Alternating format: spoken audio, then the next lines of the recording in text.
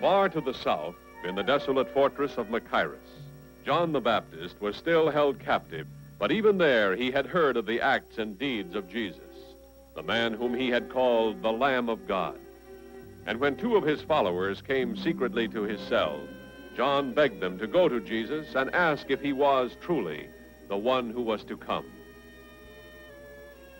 And obedient to John's request, they undertook the long, arduous journey. Northward they traveled, across the hot, bitter salt shores of the Dead Sea, up the fertile valley of the Jordan, skirting Samaria, coming at last to the Sea of Galilee. Through Kinnereth they journeyed, Tiberias, Magdala, and at last they came to Capernaum. Do you believe that I am able to do this? Let it be done to you according to your faith.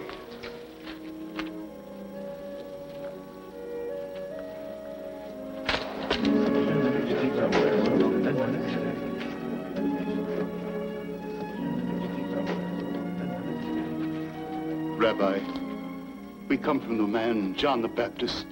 He is imprisoned at Machaerus. But he has no fear. His spirit is as strong as ever. He sent us to ask a question of you. Ask what you will. He said, seek out the Nazarene, and when you have found him, ask him this. Are you he who was to come, or shall we look for another? Go and tell John what you have seen and heard. The blind receive their sight, the lame walk, lepers are cleansed, and the deaf hear. The dead are raised up, and the poor have good news preached to them. And blessed is he who takes no offense at me. We will tell him, Master. Word for word, as you have told us.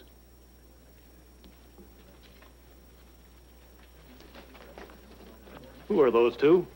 Followers of a prophet called John the Baptist. Prophet? A wild man clad in skins, dining on locusts and wild honey? I've heard it said that he was sincere, devout. Ranting, raving madman. Enough. What did you go into the wilderness to behold? A reed shaken by the wind? A man clothed in soft raiment? Behold, those who are gorgeously apparelled and live in luxury are in king's courts. What then did you go out to see? A prophet? Yes, I tell you, and more than a prophet. This is he of whom it is written, behold, I send my messenger before thy face, who shall prepare the way before thee. Truly I say to you, among those born of women, there has risen no one greater than John the Baptist. But to what shall I compare the men of this generation? What are they like? They are like children sitting in the marketplace and calling to one another, we piped to you and you did not dance. We wailed and you did not weep. For John the Baptist has come eating no bread and drinking no wine. And you say he has a demon. The Son of Man has come, eating and drinking. And you say, behold, a glutton and a drunkard, a friend of tax collectors and sinners. Yet wisdom is justified by her deeds. Now you are hearing the truth, real truth, not the half-truths of men. Men who would weigh us down with the yoke of 1,000 laws. Laws that we cannot understand. Come to me, all ye who labor and are heavy laden, and I will give you rest. Take my yoke upon you and learn from me. For I am gentle and lowly in heart, and ye shall find rest for your souls. For my yoke is easy, and my burden light.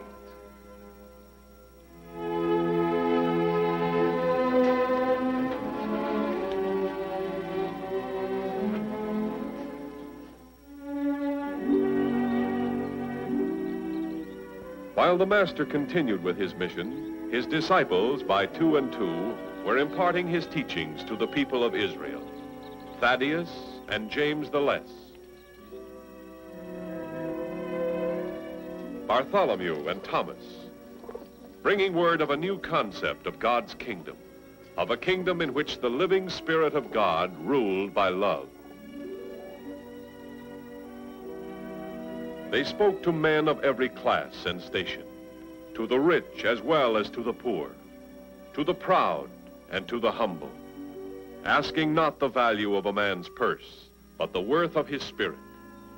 And the truths that Jesus had taught them, they taught to all who received them, explaining as the Master had explained, patient as he was patient with them, eager to share with all men the story of God's love as they had learned it from Jesus' lips.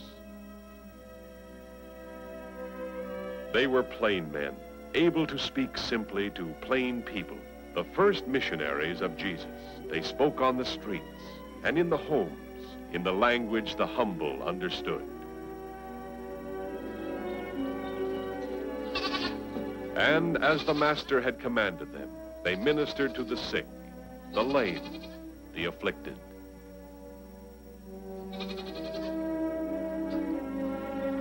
And that's the way my father taught me to make a splice.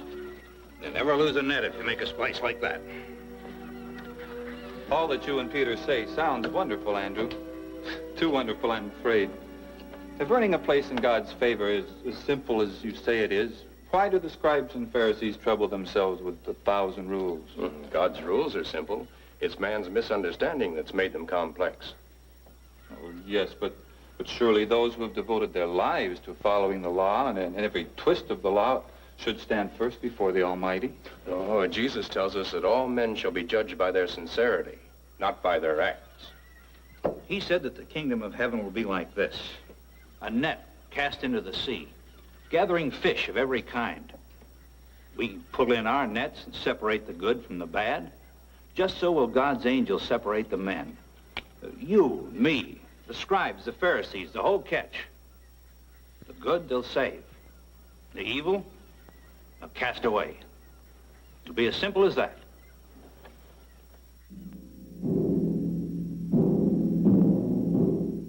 Far to the south, John the Baptist's messengers returned to the grim fortress of Machaerus on the desolate eastern shore of the Dead Sea.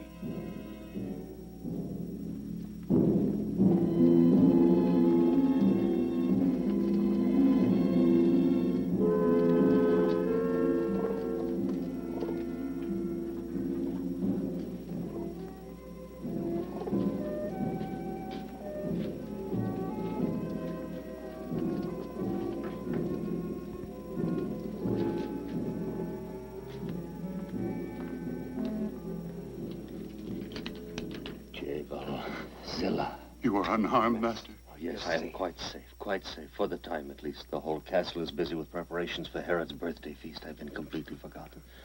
But now tell me, the Nazarene, did you find him? And what did he say? We saw him at Capernaum. With a great crowd around him. Some sick, some crippled, some blind. And others, scores of others, who follow him from town to town, just to hear his voice.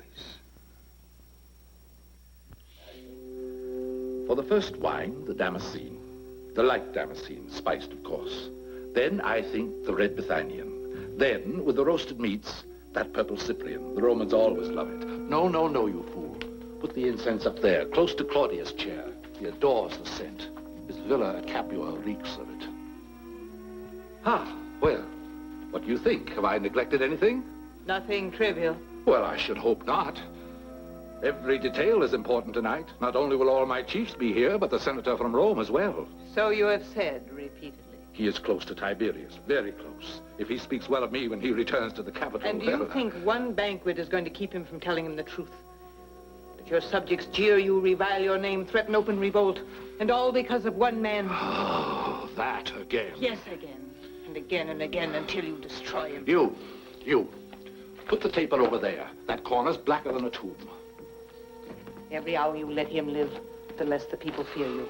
Spare him another week, even another day. I have no time for it now. My guests are coming. I must see to 100 things. See to your crown, your kingdom. See what you're about to lose because you fear one man. I do not fear him. You fear his God. I must prepare for the senator.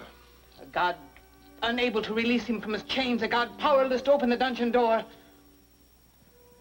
Oh, how Tiberius will laugh when the senator tells him that you fear one unarmed follower of such a God. Enough, silence.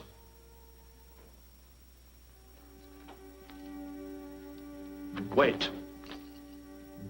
See that the Princess Salome is prepared to dance for my guest tonight. My daughter dance for your wine-drenched guests? It is my order. I command it.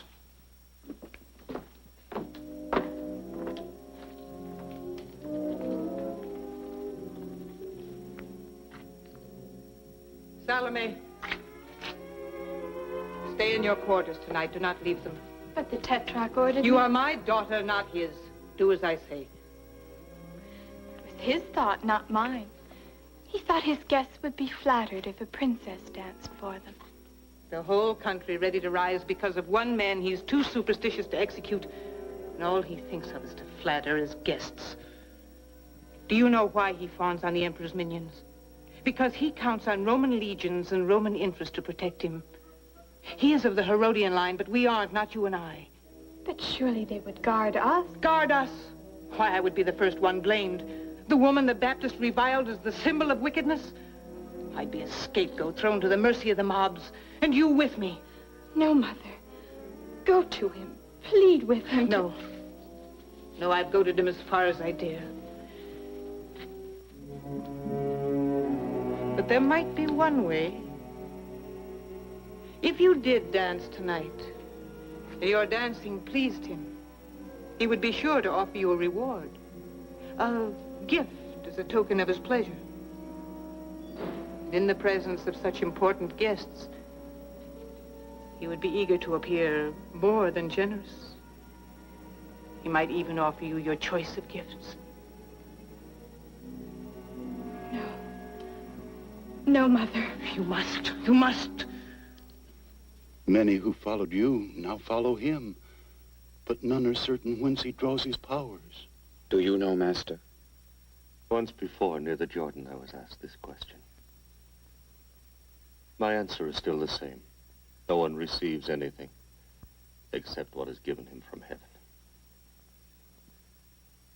As for the people turning to him, so be it. So be it. He who has the bride is the bridegroom. The friend of the bridegroom rejoices in the bridegroom's voice. And therefore this joy of mine is now full. He must increase. I must decrease. Oh, now it is long past time for you to go. I have endangered you holding you this long. Oh, the danger is we are nothing, not Master. afraid, Master. You have done well. Extremely well. Now I know a greater peace than I have ever known. May the grace of the Lord be with you. And with you, Master. You, Master.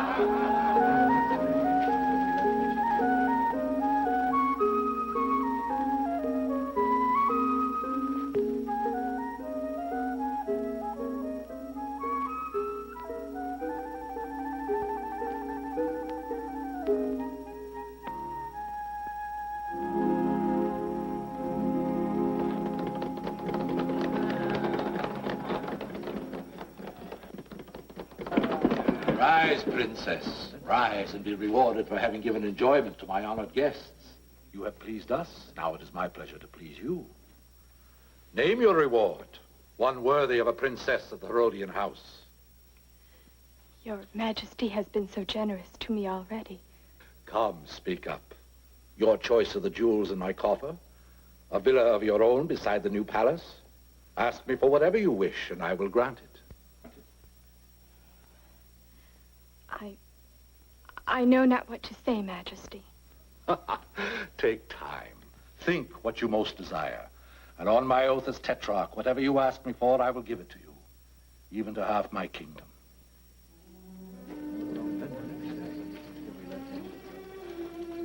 Go back. Demand his gift before he changes his mind. What shall I ask?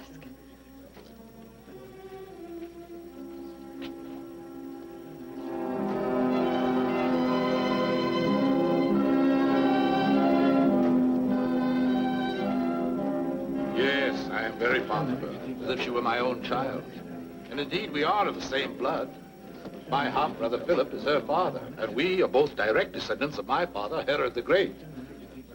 Aha. So you made up your mind so quick. Yes, Majesty. Then speak. And on my oath, your desire shall be yours. What shall it be? I want you to give me at once the head of John the Baptist on a platter.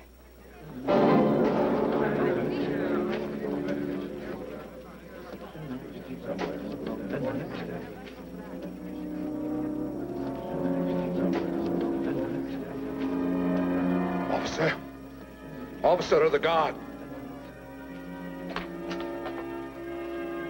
Put the prisoner John to death by the sword and bring his head to me.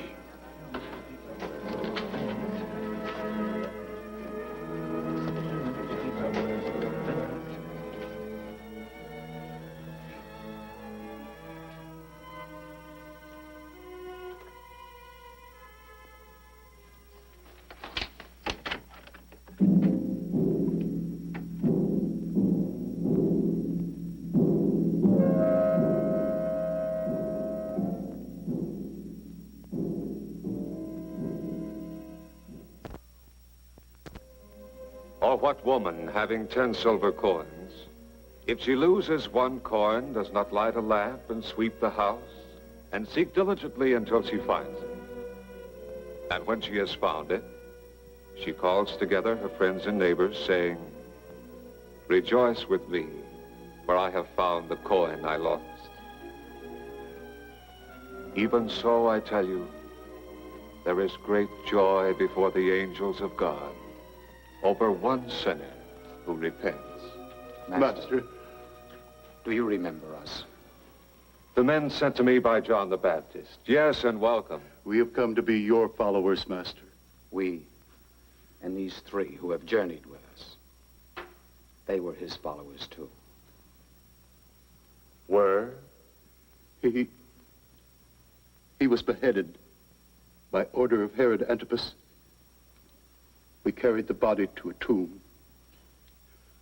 Now we would follow you.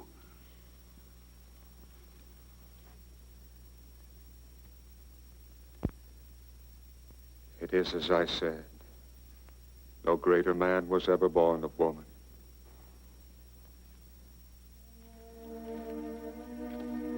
Their first missionary journeys completed, the 12 returned to Capernaum, where Jesus welcomed them. Now that we're all together again, I have news that John the Baptist is dead. Truly I say to you, among those born of women, there has not risen a greater prophet than John the Baptist.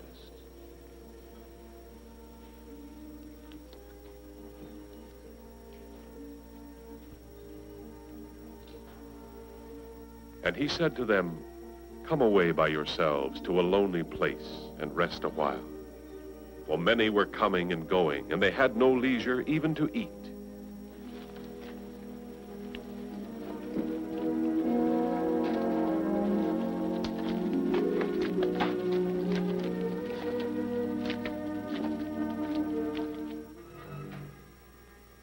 Reports of Jesus' fame were spreading throughout the land, even to the ears of Herod Antipas. The hour grows late, my lord. Have you an appointment with the dawn? I have no wish to sleep. No? I thought you'd be exhausted. You've slept so little for past weeks. Tossing, turning, muttering in your sleep. I've had bad dreams. Hideous dreams. Was that the messenger from the coast? Oh. What gossip had he from Caesarea? None. He came from the Decapolis. He brought reports on a man, Jesus, a rabbi from Nazareth. Things must be dull in Galilee. That's all the news he had to tell. 'Tis said he speaks with the voice of the Lord. Wipes away the plague with the touch of a finger. Has authority over demons that possess the insane. Oh, really, my lord? And he says that all these tales are true. Well, then he's either a fool or a liar. He is no fool, and he would not dare lie to me. The people think the man Jesus is a prophet reborn, Elijah walking the earth again. Or Jonah or Jeremiah. Samaritan folklore. Old wives' tales to frighten children. Perhaps. Yet he said another is coming. He said? Who said? The man whom I had killed. John, they call the Baptist.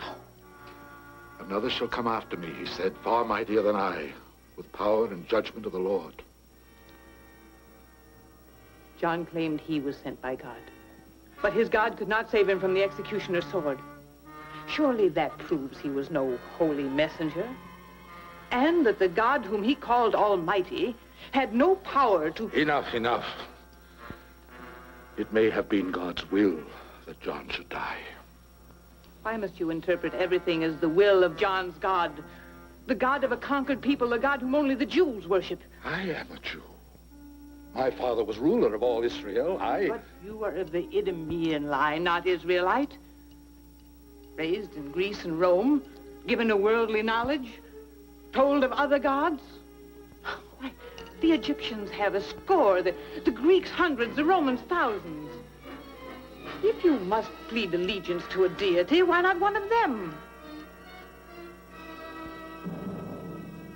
Bow to another god. A different one? Why not?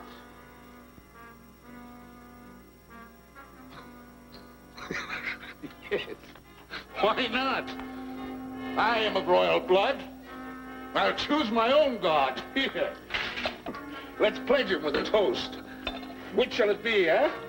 The Romans' Jupiter or the Grecians' Zeus? Baal of the East or the Egyptians' Seth? I do not care. You choose. Your choice is mine. Then I shall name,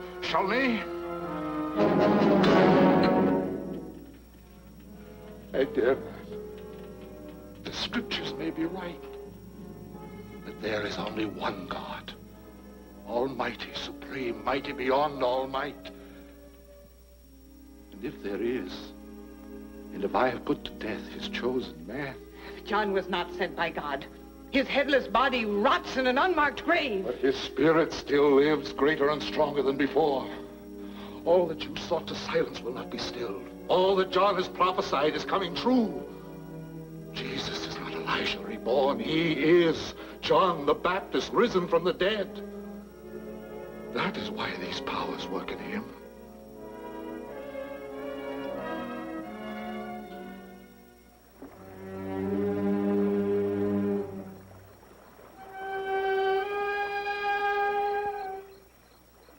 During the days that Herod, fearful and haunted, trembled in his fortress, Jesus continued his earthly mission.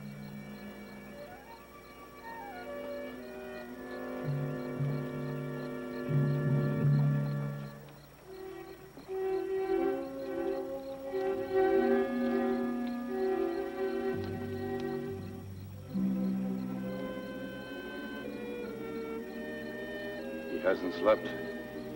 No. He must have loved the Baptist deeply. Andrew tells me that they were kinsmen. But no man can go on day after day without his rest. Not carrying the load that he bears, and the continual demands of the people, and now his grief for John. And the fact that Herod may strike at him next. I doubt if he fears Herod. He should. He has a following, and tyrants live in dread of men with followings. But Judas, the master is no threat to Herod. Any leader on the side of truth is a threat to tyranny. A danger to Tiberius, the puppets of Rome, Herod, his brothers, to Caiaphas. The Master doesn't preach revolt. He talks of love and forgiveness. Yes, I know. But Israel will never be free to love and forgive until her people unite against Rome. Rise to a leader who will guide them, order them, command them to obey. Another tyrant? No, a king. Their own king, a king of Israel. One they will accept as a David, a Moses, a Hezekiah. This is an old, old dream. For 3 centuries, people have talked of it, but accomplished nothing. But it will come. Not in a year, or 2, or 3, perhaps, but when enough men are willing to die for a kingdom of their own. I was a zealot, pledged to restore Israel to its place among the nations of the world. For years, like all the Brotherhood, I preached hate and fight and destroy. But now I have heard the Master speak of love and forgiveness, and I want more than revenge or temporal power or the glories of this world. So do the rest of us, and the hundreds that have heard him, and the thousands that will. Well, perhaps you're right. Through that night and the days that followed, a great weight lay on the heart of Jesus. The death of John the Baptist meant more than the loss of a beloved kinsman. It marked the ending of the time of the messenger sent to prepare the way. Now the task, the full task, rested on the shoulders of only one: to bring the word of the kingdom to all mankind, to train the men who must carry on the work when he could no longer be with them.